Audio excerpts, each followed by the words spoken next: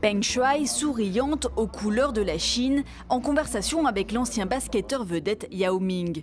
Cette vidéo d'une rencontre à Shanghai lors d'un événement de la Fédération internationale de ski a été publiée sur Twitter par une journaliste travaillant pour un média d'État chinois. Séance photo sur la terrasse, suivie d'une interview impromptue par le journal singapourien Liane Xiaobao. L'ancienne numéro 1 mondiale du tennis en double, embarrassée, regarde autour d'elle.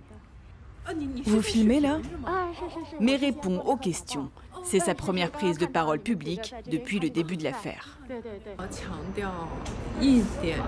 D'abord, et c'est le plus important, je n'ai jamais dit ou écrit que quiconque m'avait agressé sexuellement. Je sais qu'il y a beaucoup de malentendus, mais il ne faut pas interpréter de façon déformée ce que j'ai écrit. Référence à un email de mi-novembre où elle indiquait que tout allait bien. 2 semaines plus tôt, la star chinoise du tennis avait publié un message sur le réseau social Weibo, l'équivalent de Twitter en Chine. Elle décrivait une relation sentimentale avec Zheng Gaoli, l'un des hommes politiques les plus puissants de Chine, mais évoquait aussi un rapport sexuel forcé.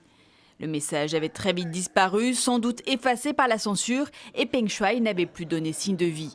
Des journalistes proches du pouvoir avaient ensuite diffusé des images d'elle pour rassurer. Mais l'association des joueuses de tennis, la WTA, réclame une enquête transparente sur les accusations de viol présumé de Peng Shuai. L'organisation a annulé tous ses tournois en Chine.